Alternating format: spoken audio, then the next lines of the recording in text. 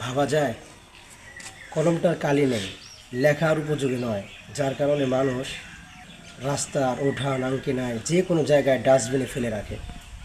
অথচ এই কলমটি যখন লেখার উপযোগী ছিল তখন এই কলমটিকে মানুষ কেউ পকেটে রাখতো, আবার কেউ জেবে রাখতো, কেউ ব্যাগের মধ্যে রাখতো, কেউ আবার মনে করেন বইয়ের ভিতরে রাখতো, খাতার ভিতরে রাখতো।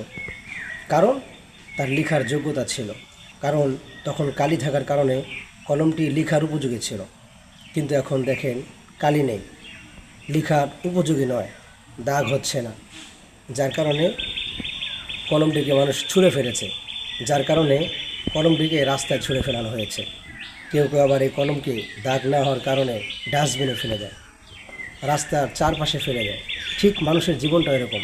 মানুষ যখন তার সর্বোচ্চ দিয়ে কামাই রোজগার করে, আয় উৎস করে, যখন সে টাকা পয়সা অনেক কামাই করে, যখন টাকা পয়সা ফ্যামিলিতে দিতে পারে, তখন ফ্যামিলির কাছে এই মানুষটা অনেক মূল্যবান হয়, অনেক দামি মানুষ হয়।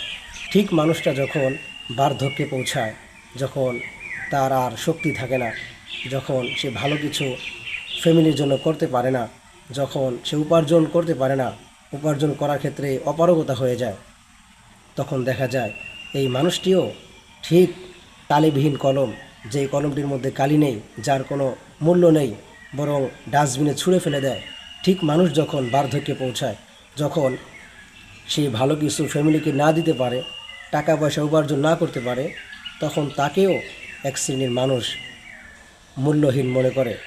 এবং একসময় ফ্যামিলির মানুষ এরকমও মনে করে যে এখন এই লোকটা বিরুদ্ধ হয়ে গিয়েছে, যার অনেক খরচ আছে, প্রতি মাসে ওষুধের খরচ হয় প্রায় 20 থেকে 30 হাজার টাকা, এবং সে এখন বিছানায় কাতরাচ্ছে। যদি এই মুরব্বী, এই বৃদ্ধ লোকটি এখন চলে যাইতো, যদি মরে যাইতো, তাহলে আমাদের জন্য একটু আছান হইতো। ভাবা যায় একটা মানুষ, সে যখন তার সর্বোচ্চ বিলিয়ে দিয়ে ফ্যামিলির জন্য এত কিছু করেছে, তার তখন মূল্য ছিল।